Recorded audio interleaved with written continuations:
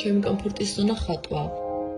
ჩემთვის ეს ძალიან ემოციური და პირადი პროცესია. მარიამ ქართალიშვილი, ხატვარი.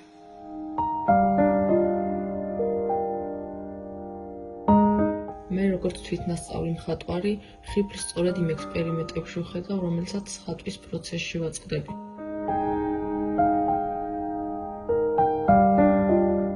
როცა ვხატავ, ვარ ემოციურად სტაბილური. მაქვს სრული კონტროლი ტილოზე, პალიტრაზე. ეს კი ძალიან ოდრო გარემოს მიქმნის და ამ დროს ვერ ხვდები, როგორ გადის დრო.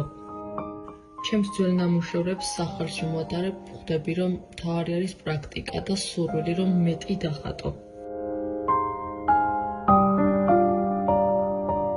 ჩემთვის ხატვის დრო არის ღამე.